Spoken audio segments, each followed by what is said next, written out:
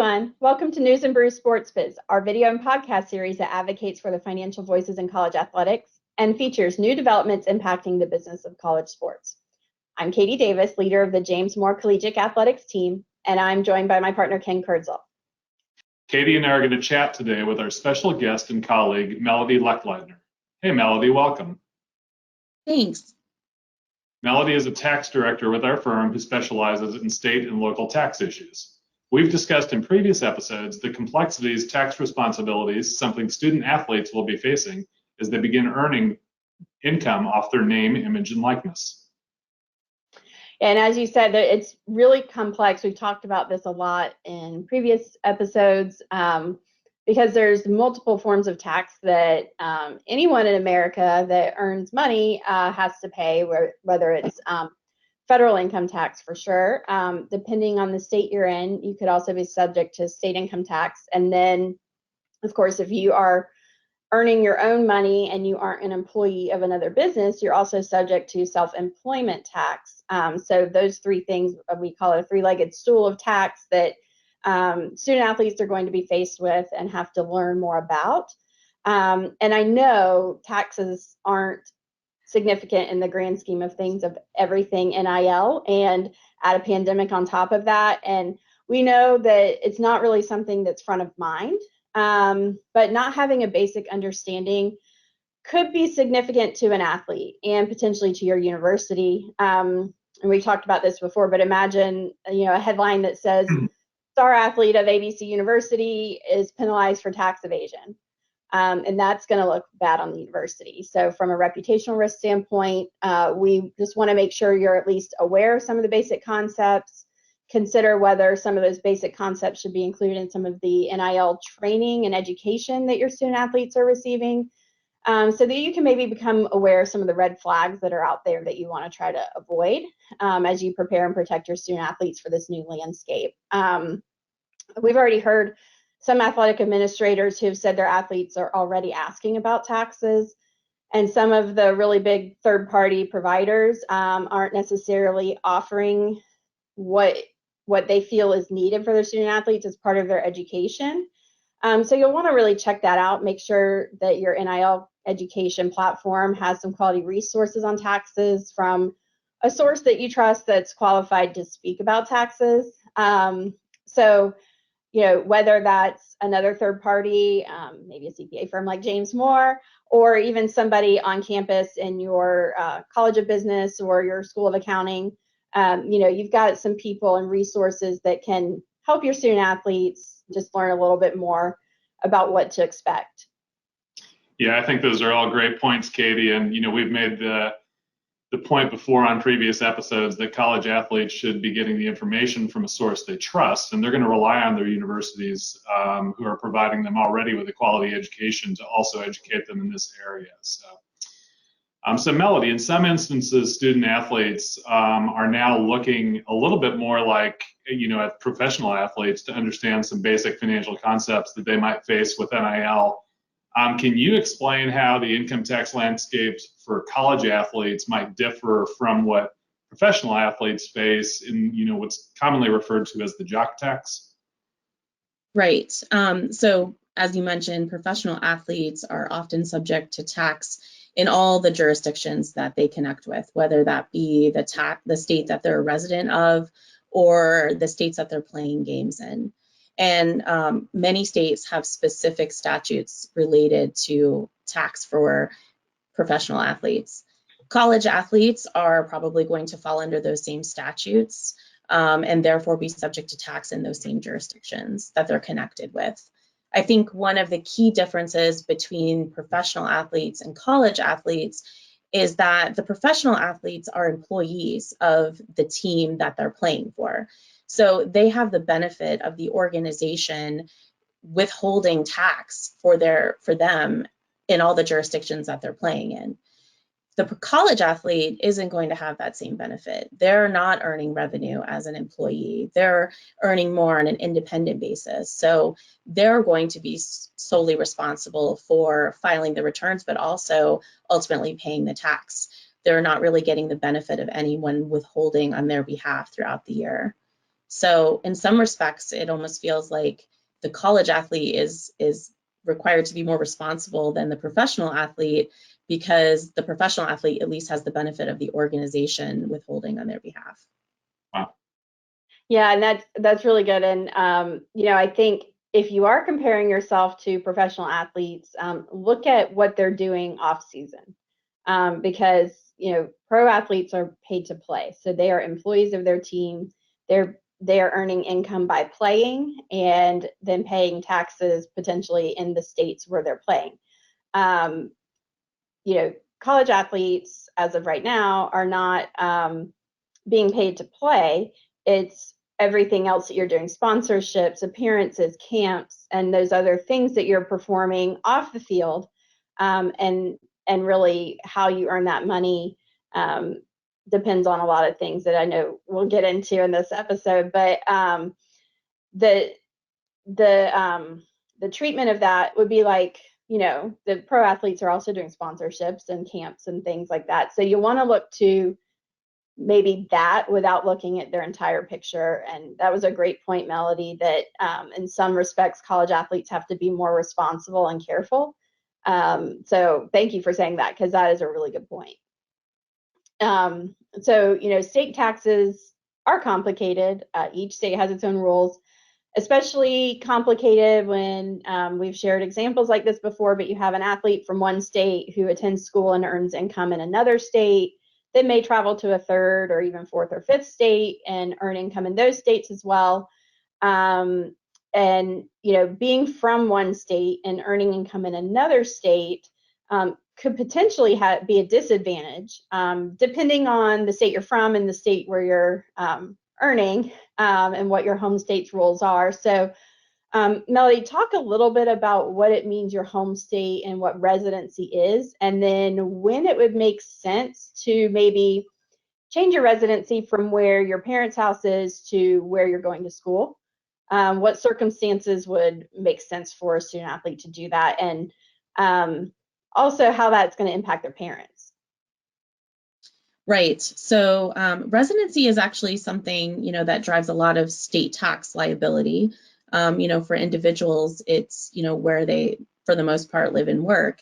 For athletes, particularly student athletes, since generally students, residency doesn't change when they go to college. Typically, they're still a resident of the jurisdiction that they came from. The act of simply moving to college doesn't really change that residency for them.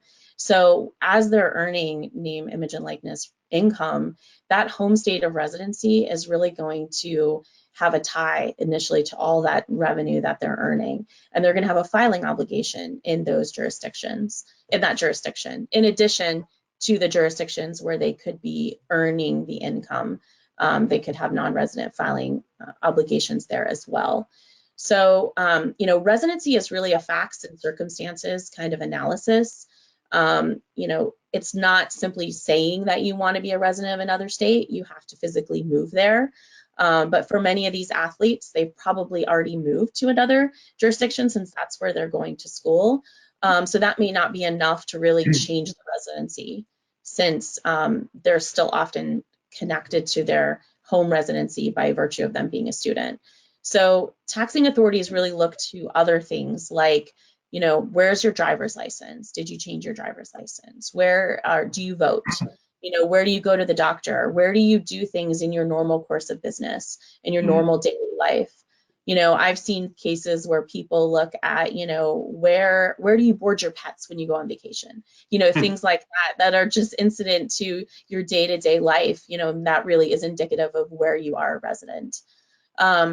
And I think this is going to be really interesting, particularly for college athletes that come from high taxing jurisdictions like a California, that maybe end up going to school like a Florida or, another low taxing jurisdiction. Because let's say they're earning most of their revenue in Florida where they're based for college, that home state is still going to have that tie to that, they still have a filing obligation there and they're still subject to tax there. So if they've truly really have no other connection with California, but for their family is still there, they might consider shifting their residency to the lower taxing jurisdiction so they're not still subject to tax in California. For Florida, they don't have a state income tax. So in that example, the student athlete would have all of their income taxed in California if they were only really earning income in Florida. So I could see that as an incentive for people to shift their residency. Yeah. Does it matter for their parents' tax return? Like, could they still be claimed as a dependent from their parents, or would they have to start filing independent?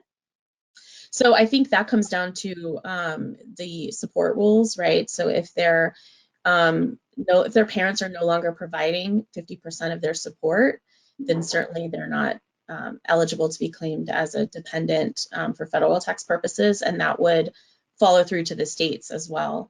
I also think there's an argument to be made that if they change their residency, even if they're still maybe at that 50% threshold, I don't know that a parent could still claim them on a state income tax return since the child is a resident of another jurisdiction.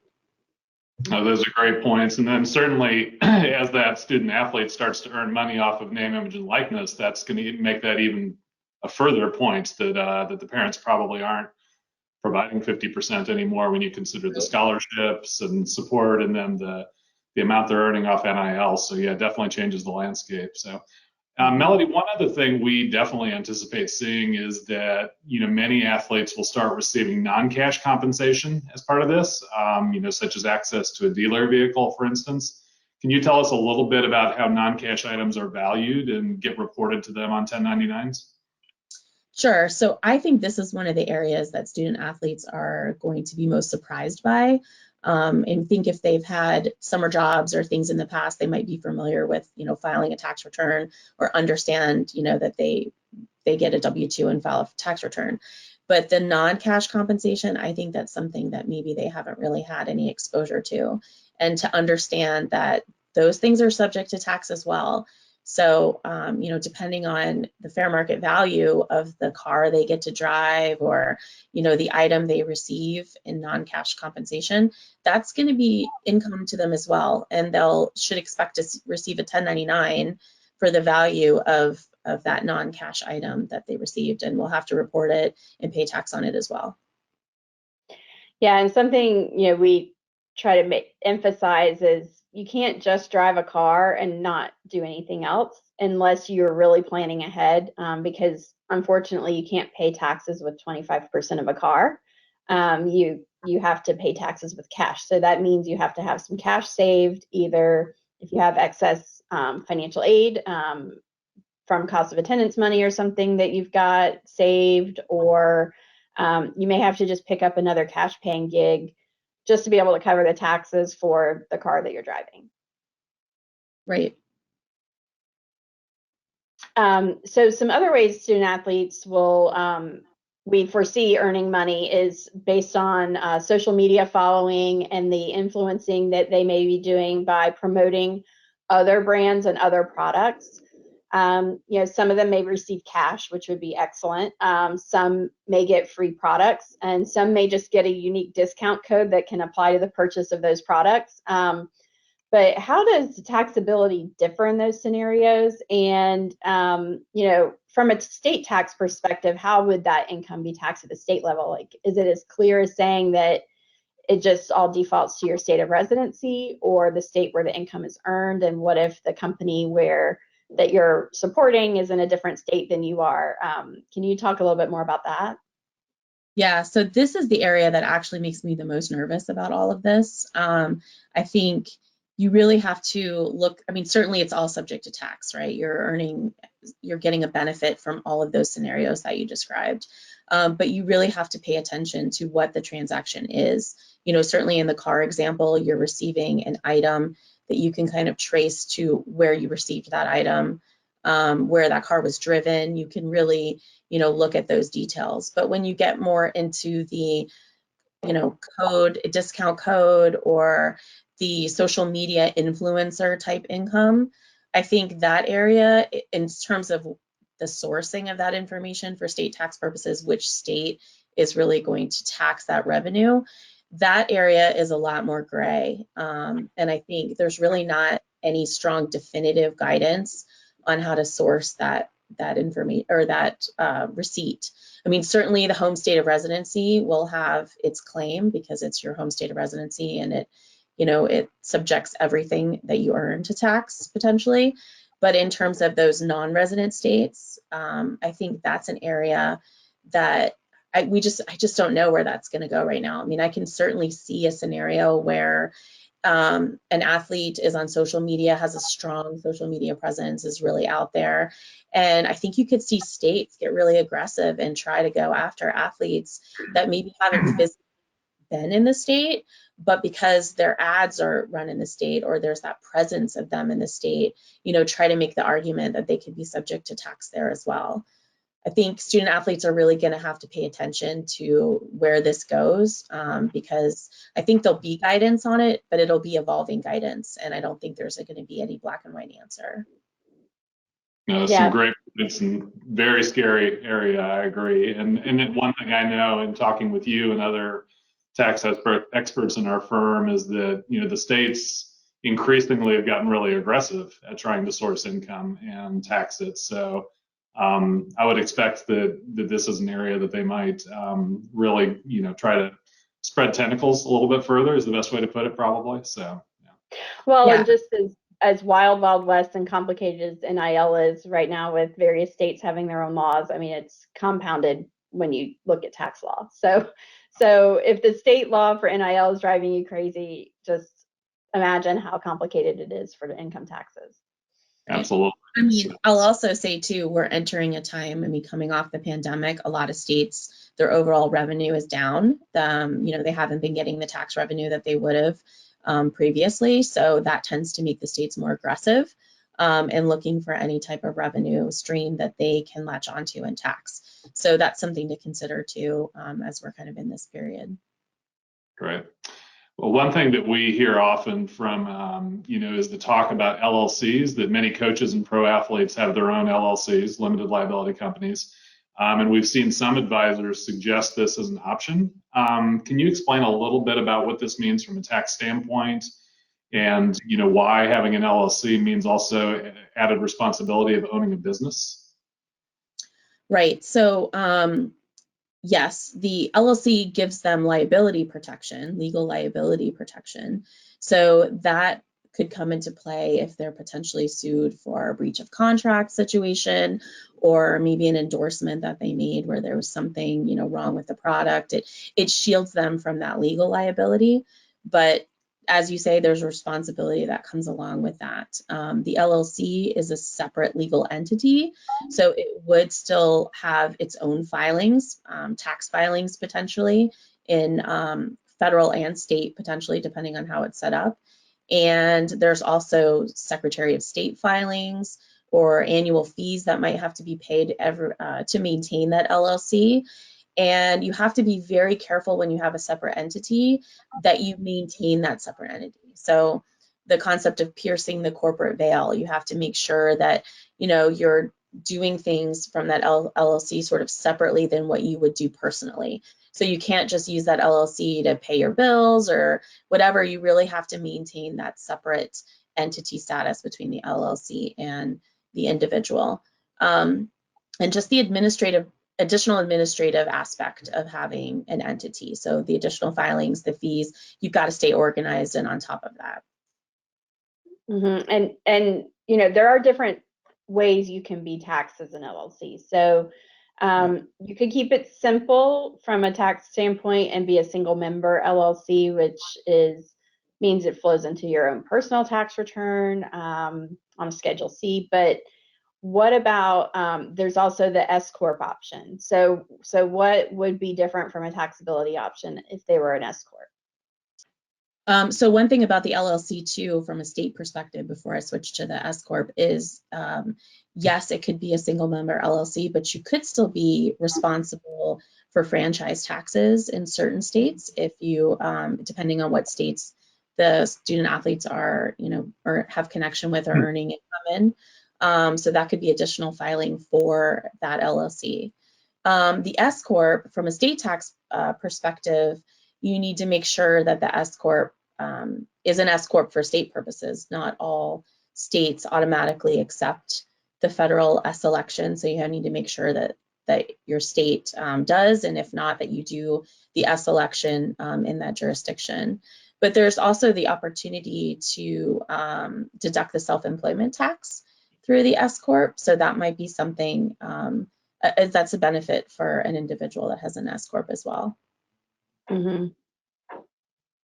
And then what about payroll, employees, things like that? Is there any strategy with that?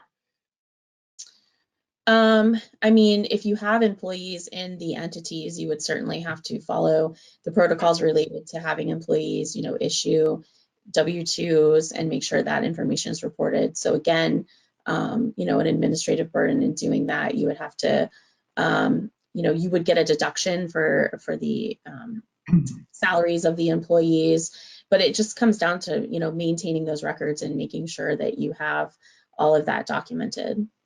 Mm-hmm. Yeah, and so Ken and I have talked about this before. Don't get tax advice on TikTok. I did see a TikTok that suggested you go through all this, you create the LLC, you hire your parents on as employees or officers of the corporation.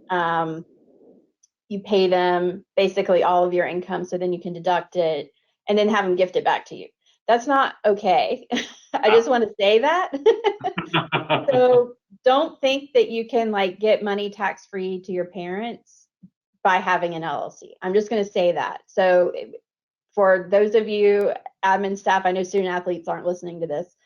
If you hear that, that's not okay. And I know you all probably aren't going to want to give tax advice, but you maybe at least need to say, hey, why don't you consult a qualified tax professional on some of these ideas before you go and do something? So just please be careful and listen out for your athletes, because they will be susceptible to information they hear if they think it's from someone that knows what they're talking about, when that person may not have any legitimacy talking about that at all. And it won't work for states either. So not just the federal side, but the states would look through that as well. Yeah. Well, so let's talk about tax planning opportunities that are legit and not the ones that are going to make the wrong kind of headline. So what are some, as far as the do's and don'ts, what are some allowable expenses that student athletes can take advantage of that would reduce their taxes? So we'll start there. And then after that, I also want to touch on what are some common expenses that are not a tax write-off based on the IRS rules. So I think in terms of allowable expenses, I mean, certainly if they're traveling related to an appearance that they're making, or they have a meal that's related to that, certainly those things would be deductible against the income that they've earned.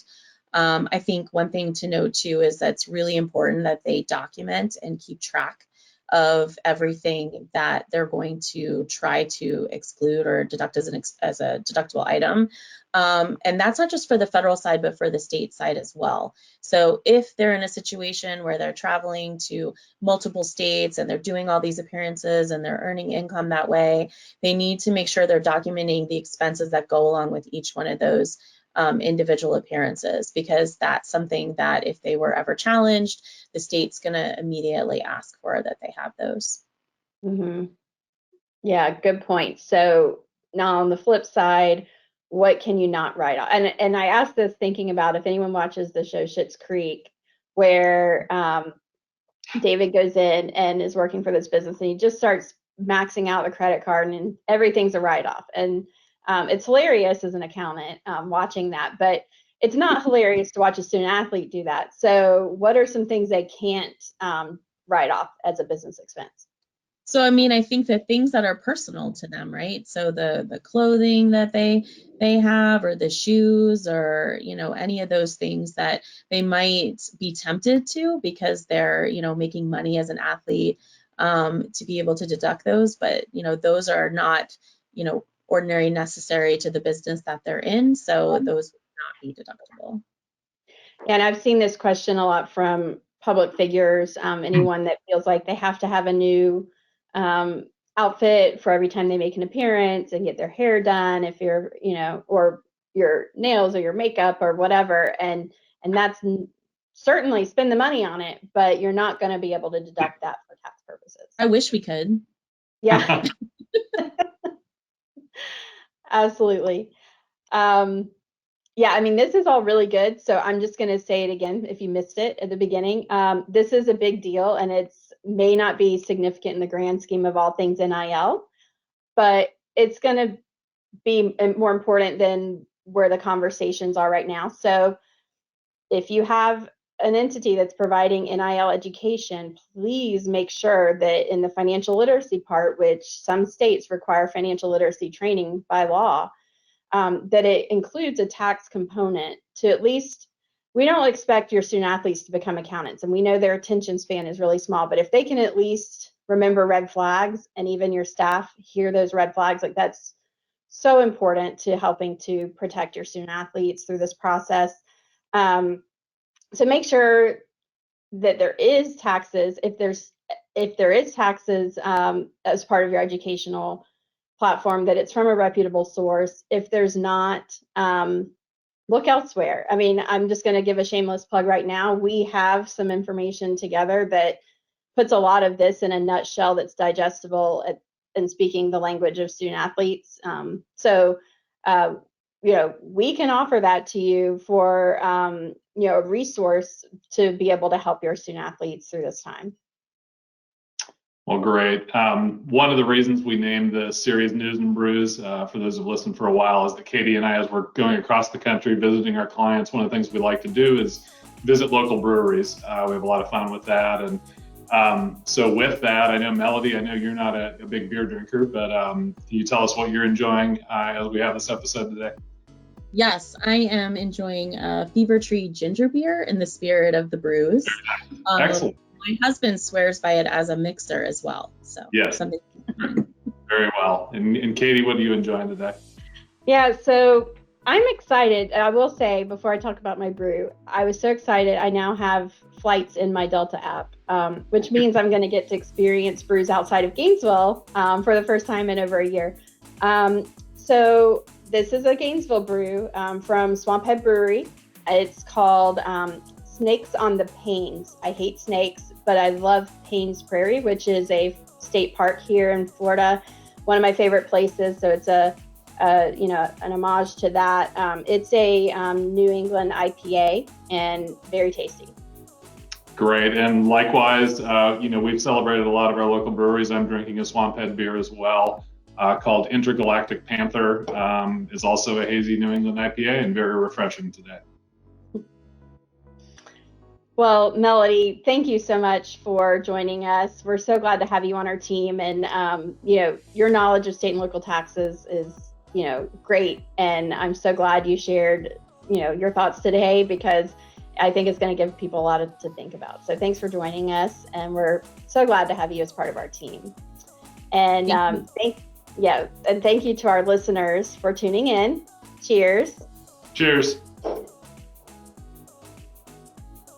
To learn more about the James Moore & Company Collegiate Athletics and Higher Education segments, go to jmco.com. And don't forget to sign up for Insights to get our latest industry updates, news, and events delivered straight to your inbox. You can also follow us on Twitter at JMCO Higher Ed and on LinkedIn for the latest news as the landscape of collegiate athletics and higher education is continually evolving.